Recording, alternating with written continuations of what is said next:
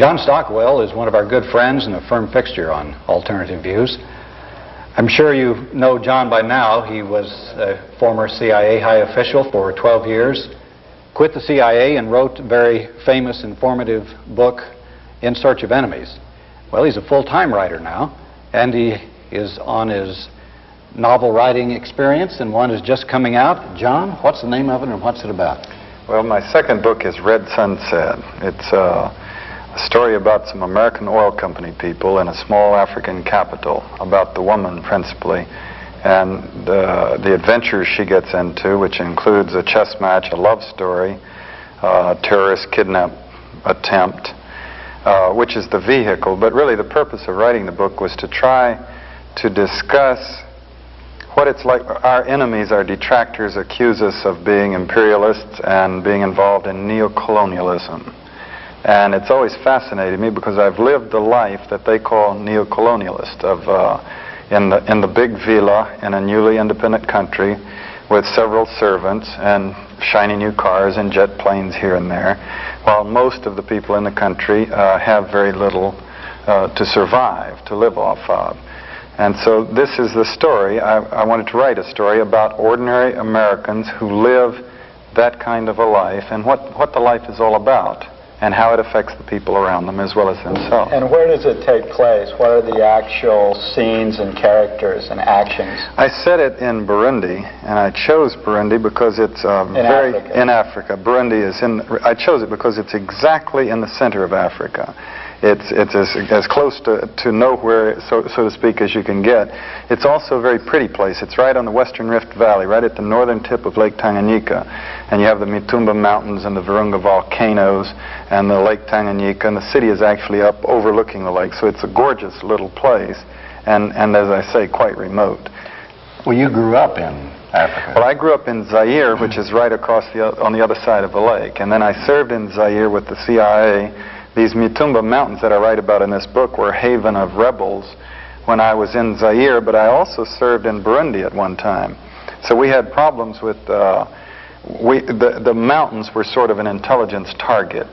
So we were covering them. I was sending people into the mountains, and I became fascinated with them. In fact, there were no viable rebels there. There was a great exaggeration of the rebel threat, because that's a good way to keep the United States and its aid interested in supporting your country. And I try to bring this out. There was a kidnapped threat that was brought to us from people across the lake who came into Burundi and said that they had information of a plot to kidnap the American ambassador. And this, of course, stirred us up no end, as you can imagine. Flash cables to Washington and on a full-time alert and every security measure we could take. It turned out it was just a con. There was just some guys who wanted to squeeze a little money, a couple $100 out of us. But then I was there in 71 about when I left. But in 75, these same people did kidnap 4 European scholars working with a Caltech grant who were studying fish or something on the lake, and they did kidnap them and take them into the mountains. And so naturally, writing a novel about that area, I wanted to incorporate how a kidnap plot could work and what kind of people would do it and how it would affect the people in the city itself. Do you mostly focus on the African political situation or the sort of machinations between America and the Soviet Union behind the scenes, or did both of these themes come out? Those themes are in the background. I wanted to focus on the life of an American woman who finds herself in such a place. And there is a Soviet diplomat involved. She plays a big chess match against the local chess master, who's a South African banker. And some of their friends are British. And the Africans are in the background. There's subplot sort of in the background, which some of the reviewers have said is, in a way, an ironic way, the strongest part of the book is the Africans in the background. But I really wanted the story to be about this young woman, not about politics or diplomacy so much as just her life. So there's an element of the love story in that as well as a political novel. You're trying to combine these themes. It started out to be more of a political intrigue novel, adventure intrigue in real life politics. And what happened was the love story took over the book. It was a subplot originally, and then by the time I got the manuscript to New York and sold it, the editors wanted me to focus on the woman and the love story. And essentially they persuaded me, and so it is primarily a love story, yes. Well, John, you've been prohibited by the courts now to say anything or write anything about the CIA and its operations. No, that's not exactly correct. Exactly right. No. I can say all kinds of things about the CIA, but I have to submit it to them for censorship first. So I assure you, I could write a 100,000-page book about the CIA, and as long as it was favorable, they wouldn't censor a word. But you can speak, though. Well, impromptu speaking is covered, particularly if it's about the subject of my previous book or what I've lectured before. They admitted that it would be very difficult to try to enforce an injunction against interviews and speeches.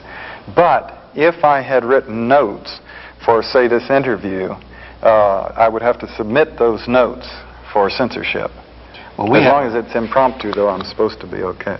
Well, we have a lot of things here loaded up about the CIA, the stories and information that we've been gathering, waiting for your next trip over to Alternative Views. Fortunately, I haven't seen their notes that they're going to be working from, and they're not under injunctions. They don't have to be censored. Okay. Doug, you have probably the most important one there, doesn't Well, John, to start off, let's look at the CIA under the Reagan administration. What are some of the most significant occurrences vis-a-vis the CIA under Reagan?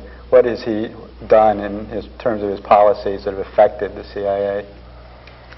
Well, the Reagan election, when he came into office, there was great joy and dancing in the halls of the CIA.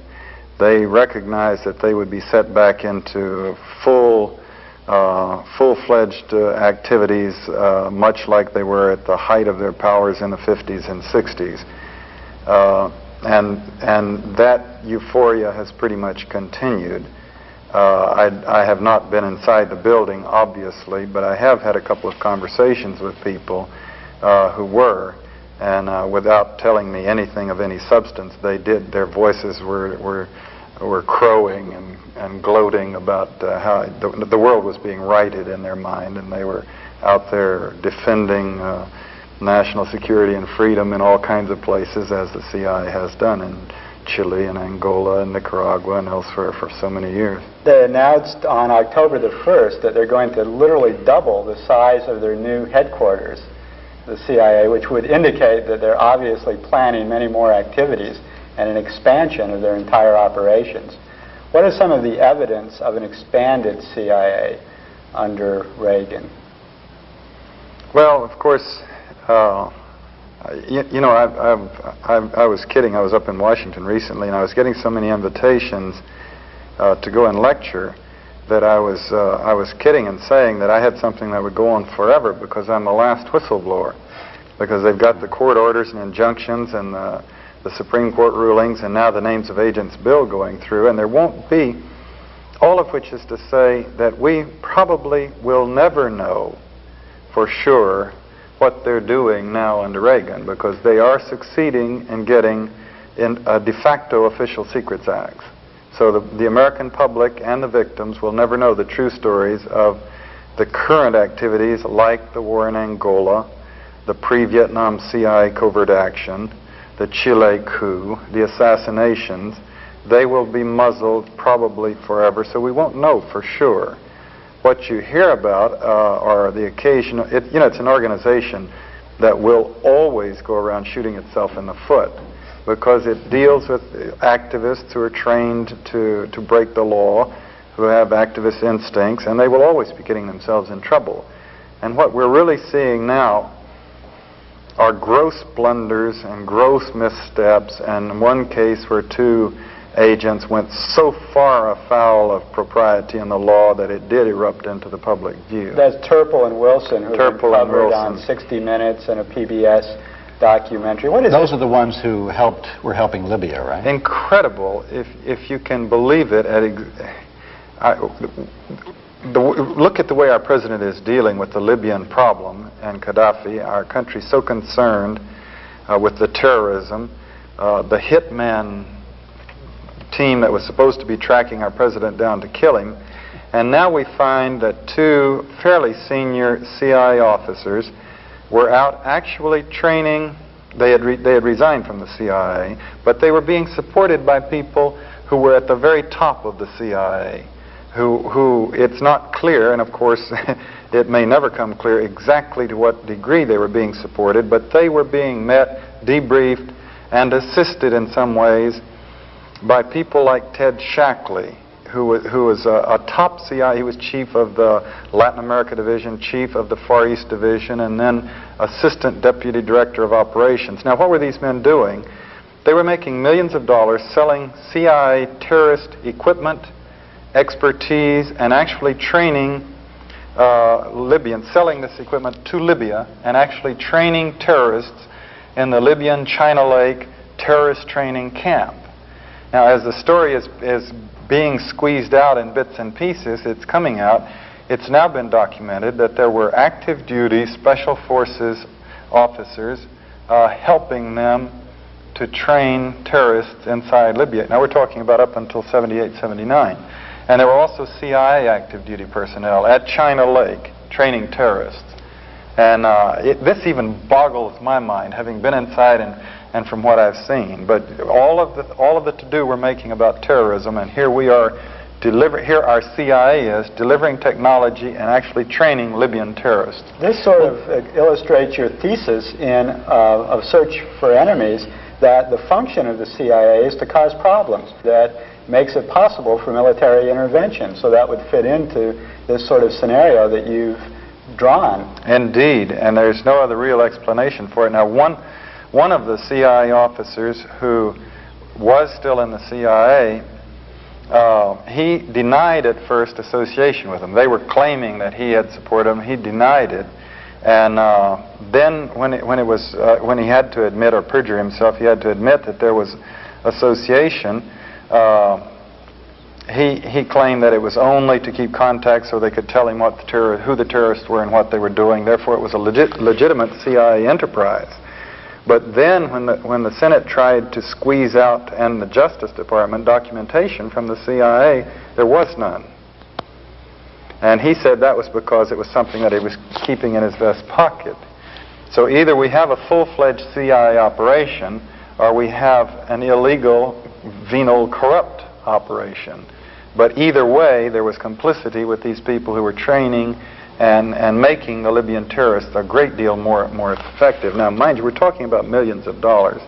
We're talking about the latest in terrorist, explosive devices, and the way you can make an ashtray into an explosive device, so when a bad guy puts out his, or a good guy for that matter, puts out his cigar, it blows up and kills everyone in the room, this sort of thing. Well, isn't there, this seems even more incredible from a couple points of view. One is the fact that maybe it's a super Machiavellian thing, that the CIA and the FBI need to have terrorists in the world to justify their increased money for appropriations.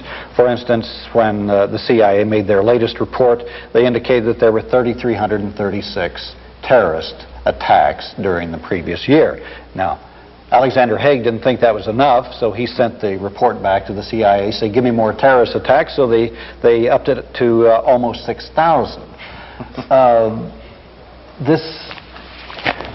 Then the other aspect of this is that the CIA has historically had a close relationship with the Israeli secret police, the Mossad. And yet the Mossad and the Libyan government and their secret police were mortal enemies, supposedly. So what's going on here? Well, on the one hand, the CIA purist would argue that we have an intelligence requirement to provide information to our government about terrorists and terrorist organizations about the world. And therefore, the only way you can get this information is to penetrate terrorist organizations, get your people inside so they can tell you what's being done. The other side of that is very much in the direct, and on the first argument, you would try to have contact with the Mossad and with the Libyans and with the PLO and with the Red Brigade, anyone you could. And the KGB. And the KGB, to gather information about them. That's the purest argument. But how can you explain this provision of shiploads of terrorist equipment to the Libyans and training by active duty special forces and active duty CIA officers. Now that's where it gets so Machiavellian, it blows your mind. And there's no way you can justify delivering the equipment to them in order to gather information about who they are. That's not necessary to gather intelligence. And the only answer is that a little bit of both, that you have an organization that functions in a troubled world. It gets more money and more opportunity. As like you say, Haig wants 6,000 terrorist bombings last year, not 3,000, because it's more dramatic and he can get more mileage out of it. The CIA, by the same token, would like to have a more troubled world because they have more to do. The president and the Congress and the press and everybody are relying on them and giving them their carte blanche more in a troubled world than in a peaceful world. But then the other thing that has raised its head, not the first time, but so ominously in this Wilson Terpil thing, is individuals doing it for gain, for millions of bucks. Let's face it, someone in the CIA who's commanded wars around the world, sent people off to die, which is the ultimate ego trip for a Pentagon type of person. Is the ultimate power that a human being can have is to send other humans off to die. Not sentence one individual to the gas chamber, but send 5,000 off to die. Well, take someone who's been at the top of the CIA, and he's been doing this secretly and commanding forces in the world, manipulating governments, and then he hits a certain age of maybe 50 or possibly 60 if he goes the whole route, and then he retires on $20,000 a year. And it just isn't comfortable. It doesn't work.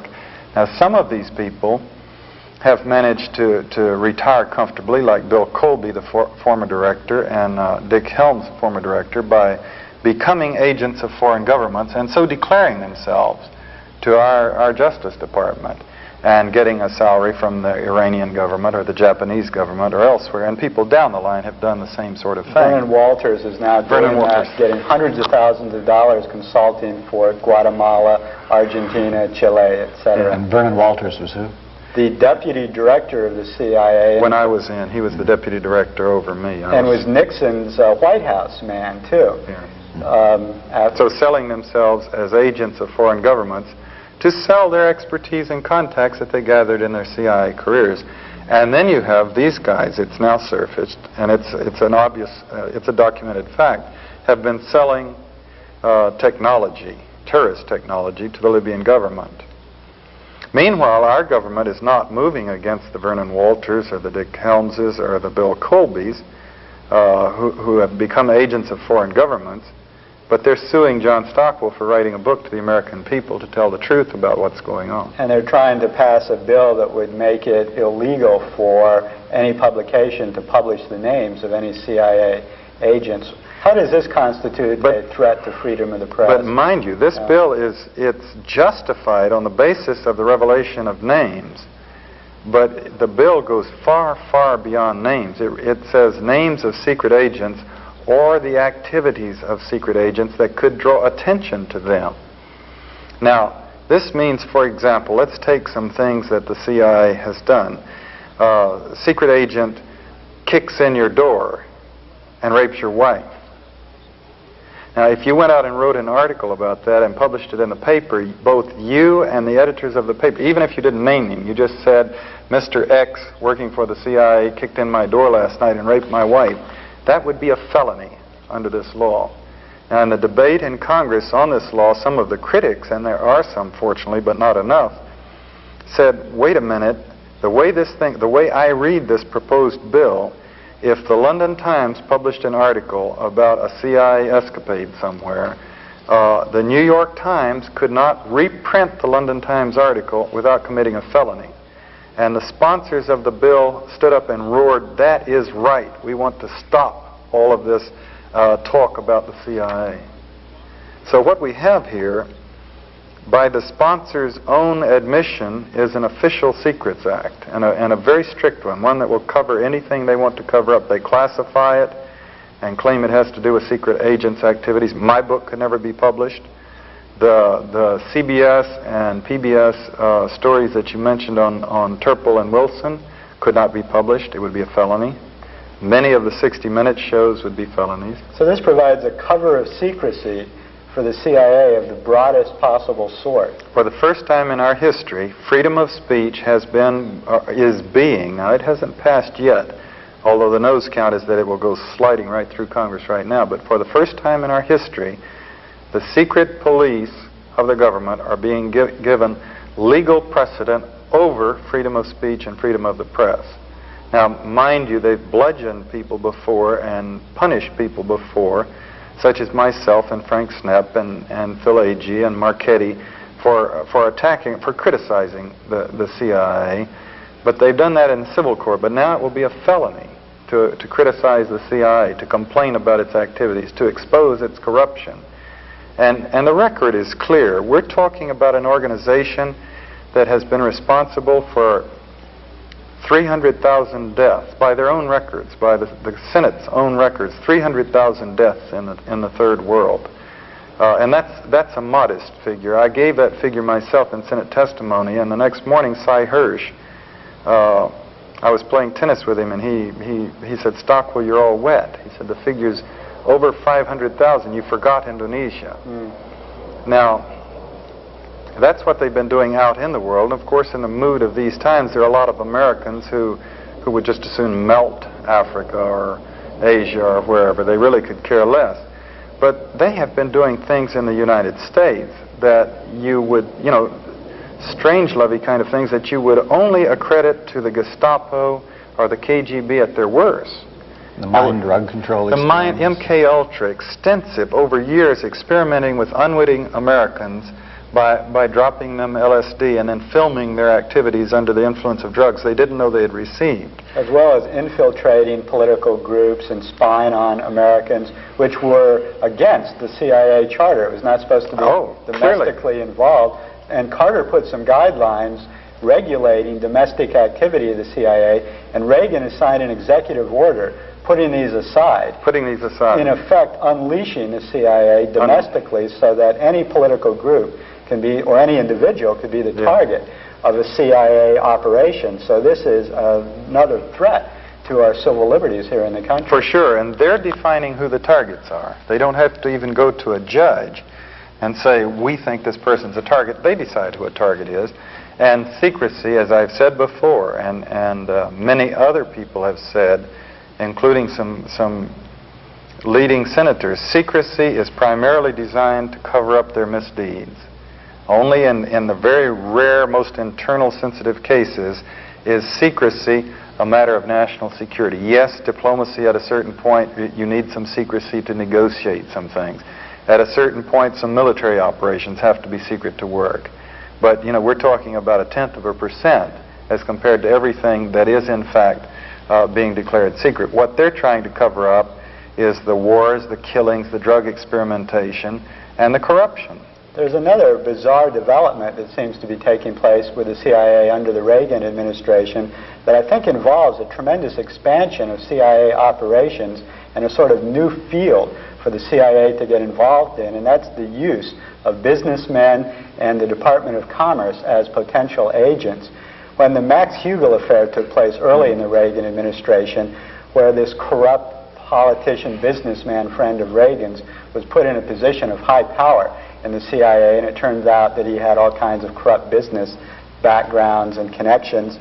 It came out on ABC's Nightline, the Ted Koppel show, in an interview with Bobby Inman, who's deputy director of the CIA, that the reason Max Hugel was brought into the White House was that he had a lot of businessmen connections that they would be able to use for operations abroad. What do you make of this? Is this a significantly new field for the CIA to be involved in? We know that they've used politicians and diplomats abroad. They've used the military abroad. They've even used journalists, it's been revealed. Well, it's by no means new, but we're talking about a degree. They've done it many, many times, and they've done favors for people all over the world, gathering information for them, you know, a little favor, yes, we'll find out this for you, whatnot. But it's a question of degree, and in the last few years, including before I got out, there was the government, the U.S. government was crying for more economic information. And during a lot of the years that I was in, we were not, you know, we would get economic information and pass it on to the ambassador, just stop him in the hall and say, hey, I heard such and so, a deal is going down or something. But what's happening now Is your microphone? Yes, my microphone is falling off. The CIA arranged that, I'm sure, John. Yeah. What's happening now is this corruption that I'm talking about, where a political party, a White House administration, is salting people into top positions in the agency because of their business connections, with the intent of using the organization and its resources to gather intelligence to help the people who are sponsoring that party. This is, of course, the heaviest form of corruption. That position that Hugel was in was Deputy Director of Operations. Now, this is the focal point, the commanding officer of worldwide clandestine operations. Now, you think of the sensitivity and the complexity of covert operations in 150 countries, and this is a job that has to be a pro, and a brilliant pro, and one with driving energy in any sense of the word. And mind you, I think that we would probably be better off if the job didn't exist. But there's no way it can function with a political appointee in there. And as a matter of fact, there was part of the reason he was withdrawn was because he was shooting himself in the foot repeatedly several times. There was an incident about Libya, and he was, in this effort to get the CIA moving again, he was approving some exceedingly dangerous operations. Assassinating Gaddafi, according to a Newsweek story. He was proposing to assassinate Gaddafi, and there, to my relief, now the Senate Supervisory, the Oversight Committee, which has never succeeded in overseeing the CIA very much, never tried very much, mostly they're encouraging them to go out and do, they did scream at that one and stop him, and it was shortly thereafter that Hugel was removed from office. Now we have the other one at the top. William Casey is another businessman with all kinds of conflicts of interest. He's still holding the portfolio on his own business interests, plus all of his contacts. And he's running the whole intelligence organization right now. And he, again, like the other one, he's shooting himself in the foot about once a week. And lately, 2 days ago, he testified to the Senate and about the Freedom of Information operation. He was claiming that the CIA couldn't function because they had had so many agents wouldn't work with us, but also so many people resigned because of this FOIA. And when the committee, of course, didn't just take his word for it, they said, give us documentation. And he couldn't produce any documentation. And finally, he had to admit that not one person had been fired because of, or resigned because of the FOIA. So once again, John, you were talking about complexity and the Byzantine nature of some of the operations that go on in the CIA. Here is one really mind-blowing thing, which was in the August '81 Inquiry, the Libertarian magazine. It talks about an incredible thing. It talks about, first of all, a Florida-based worldwide finance corporation. That's its name.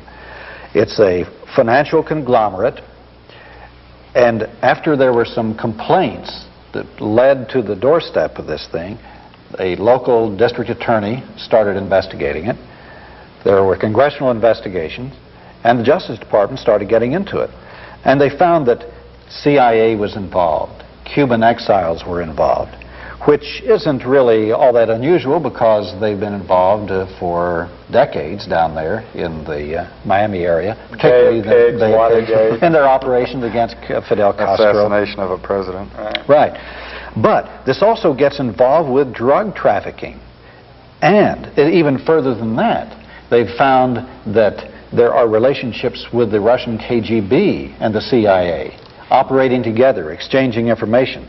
They found that there have been relationships with Castro's intelligence and the CIA, in which the CIA and Castro decided that they would permit the drug trafficking and helping it along, and then share the help and sharing in the profits so they could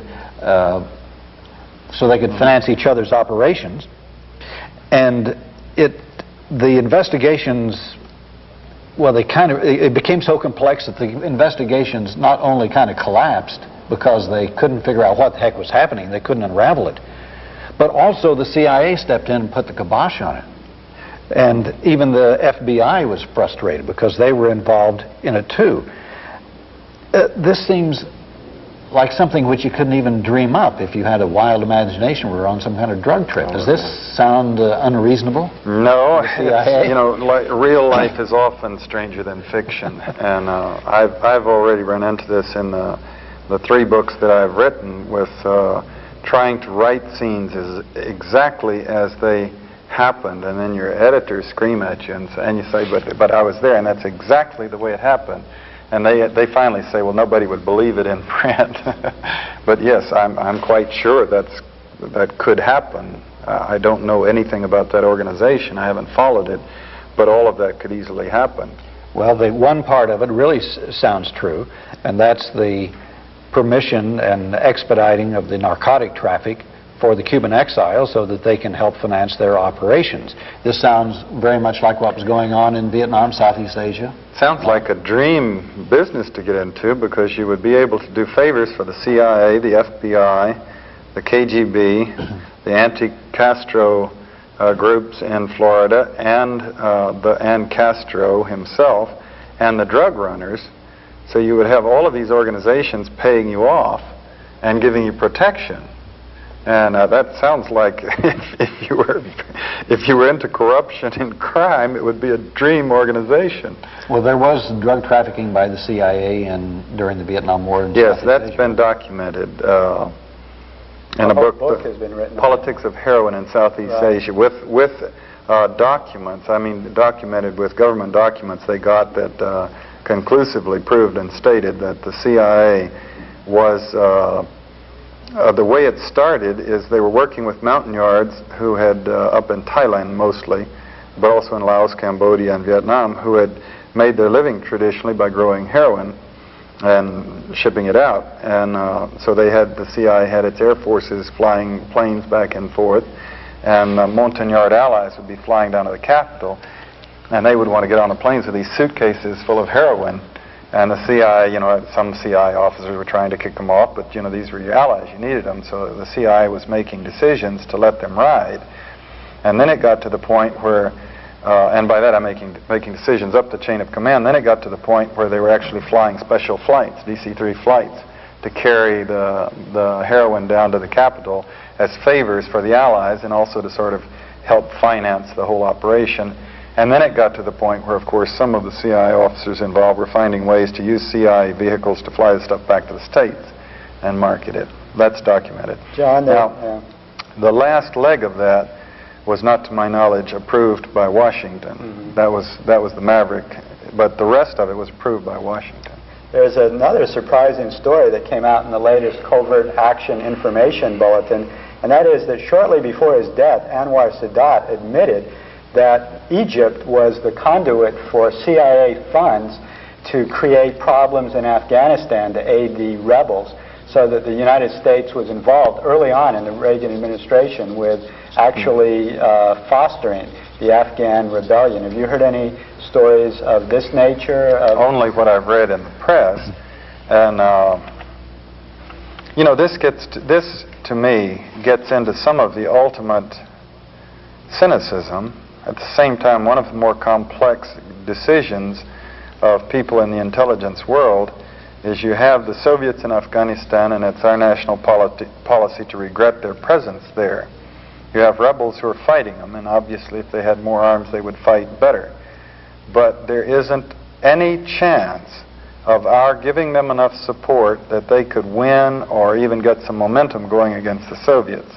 So we trickle some arms into them so they can escalate the fighting, with the result that a lot more people are killed and their hopes are raised, and they think in some cases they're flat told. Of course, the worst case in history of this being done was where the CIA had a huge program to encourage the Hungarian uprising, and they succeeded. The country erupted in a massive uprising, and then when the Soviets put their tanks in, the United States jumped, you know, back across the ocean and got our hands off the place, and the Hungarians, 20,000 Hungarians died. Well, it happened with the Kurds. Yeah, it happened with the Kurds. The Kurds is similar. In the Kurds, northern yes. Iran. Yes, many thousands of Kurds died identical. When we had satisfied the Shah's little pressure policy initiative against Iraq, and the Shah said, okay, I've got my agreement with Iraq, we jumped back and withdrew our aid from the Kurds, and the Iraqis retaliated and wiped them out. There was also a report here about biological warfare in Cuba, that certain mosquitoes were introduced, the Cubans claimed, by the CIA, that resulted in fever, malaria, of all sorts. Have you heard anything about that story? Yes, the dengue fever. I've certainly heard about it. I've seen written stories about it. I've talked to people about it. The U.S. health, the U.S. medical authorities' line is that it's not technically possible to introduce fever or fever-ridden mosquitoes into Cuba, which is, of course, nonsense. The difficult thing about that is that there's an epidemic of fever in Cuba. The Cubans claim the CIA was behind it. The Cubans could be making it up. They could believe it and be saying it. Or it could be completely true. The point, though, is that our government, our CIA, has been guilty of so many things, just as nasty as that, over the past 30 years, that it's absolutely impossible to deny it. Plus the fact that they carried out experiments just on this type of thing. They released millions of mosquitoes over Charleston, South Carolina, just to observe what would happen. And then apparently it's possible then they put this into effect in Cuba. Although at then I understand their main target would have been for the Soviet Union. Well, they're preparing for the biological warfare wherever. You know, in our concern with nuclear warfare, and I am very concerned, all these atom bombs that we have and they have, and the macho people, some of them not very bright, beating themselves on the chest and talking. But the chemical and biological bombs that are being amassed may be 100 times as lethal and dangerous and threatening to life on Earth than the nuclear bombs. Well, the Nazis foresaw this. Rather than put their technology into a nuclear or atomic bomb program, they had these chemical warfare. You remember the CIA it had been revealed that they had some poison. And the President Nixon had ordered them to get rid of it, right. And then they didn't get rid of it. And Director Colby was called up to explain why they hadn't obeyed a specific presidential order. And with his incredible talent for disarming the Senate, he said, "After all, gentlemen, we're not talking about a big warehouse." He said, "We're talking about something this size." And he held up a little vial. It was enough poison to kill everyone in a city of 50,000. He held up a little vial this big. He said it was sitting in the back of a safe. And, when you think about that, and when you think that there are warehouses of that poison alone, not to mention the disease and germs and things that can blow this way and that, and there isn't the publicity or the public attention on the ABC arsenals that are being stockpiled. John, another event we wanted you to comment on, since this is part of your past experience in South Africa or Angola, has to do with the invasion by South African troops in Angola on the pretext that Angola is supporting Namibian rebels and that South Africa has to clean up the operations there, and there's Soviet and Cuban troops there that are a threat to South Africa. Would you comment on that? What's the current status? Has South Africa been continuing to harass Angola? Several months back we reported in detail on what we It's my understanding that South Africa has sort of a permanent military force inside Angola. I don't mean they've built camps, but they are there bombing, raiding, dropping people in on a permanent basis regularly, several hundred miles up inside Angola. What you have in terms of the validity of their claims, Africa was when it was broken into colonies that became countries, they were done without any reference whatsoever to the existing tribes or ethnic groupings. So that in Angola, for example, you have on the north you have the Bakongo as a large original tribe that now overlaps in 3 countries, and in the northeast you have the Balunda who overlap Angola and into Zaire, and in the south you have the people who are the Namibians, are the people who are of the ethnic grouping with the people in Southwest Africa, but half of the people live inside Angola. Now, it goes without saying that these people, with their ethnic link to those people, are going to be sympathetic, and there's going to be support, and there's going to be traveling back and forth across the border. But what you get into is, of course, a modern law. What is South Africa's right to go up and bomb and strafe? South Africa's position, of course, is it's an outlaw position on Southwest Africa. They're simply refusing to give it its own freedom, its own elections. Which was mandated by the United Nations. Long years ago, and they've just absolutely refused to cooperate with this. And to date, no pressure has been brought on them that would really encourage them to set Namibia free, to give it its free elections. Is there any evidence of CIA complicity in this? Frank wanted to ask about the Seychelles Islands. Some of these might be connected. Well, there was a coup attempt in the Seychelles Islands in which a rugby team, supposedly rugby team, came into the Seychelles Islands, into the airport. And there were also some people that came in earlier in hotels, and they tried to overthrow the government. They had weapons with them. And later it was determined that their base of operations was South Africa. As a matter of fact, they took over an airplane and returned to South Africa. From what you're reading of this was there CIA complicity and money involved in that? Or are the South Africans just becoming like a new CIA and doing their own mischief? Or is it also connected? In all fairness, and to state the obvious, the CIA is not the only agent of mischief in the world. And there are many other agents of mischief. The CIA is working with many of the others as they commit their crimes. As far as is there any documentation, I wouldn't have the faintest idea. All I know is what I've read in the papers. So you have to speculate. They obviously had at least an atmosphere of encouragement in South Africa, including in the South African government. When they skyjacked a plane and flew back to South Africa, 5 of them were arrested and the rest were just turned free immediately. And these 5 were flown off in a helicopter to someone's estate after posting a minimal bond. Then, because of international pressure, South Africa did go back and arrest 30 more. It's not clear yet what they're going to succeed in what they're going to try them for, or if they will in fact convict them.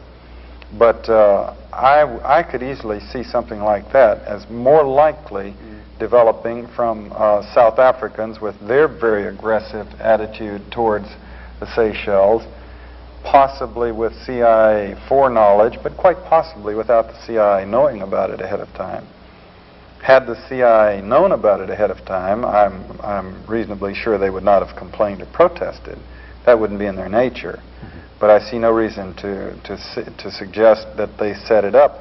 On the other hand, it's quite possible it's the sort of thing that the CIA station chief might very well do, having dinner or going to the office of the boss chief, I think they call it something else now, the South African Security Force, and saying, you big talk. What are you going to do about the Seychelles? Why don't you fly some people up there and take the place and turn it in the right direction? And then the South African calling in a couple of rugby players or former mercenaries and saying, it would be easy. Here's what you would have to do. And giving them some advice and guiding and setting it in motion, maybe some money. Right. I might note to our audience that it's quite remarkable that John Stockwell in the last few years has begun this second career as a novelist. As you might know, it's very difficult to get a book published, much less a novel these days. And John's first novel was immediately picked up by William Morrow, which is one of the best New York publishers, and has just come out. So we congratulate you, John, on your new career and wish you all the best. But we still want you to come back and talk to us about the CIA and many other things on alternative views. Remember, I'm the last whistleblower. I'll never be dated. Thank you, John. Thank you very much.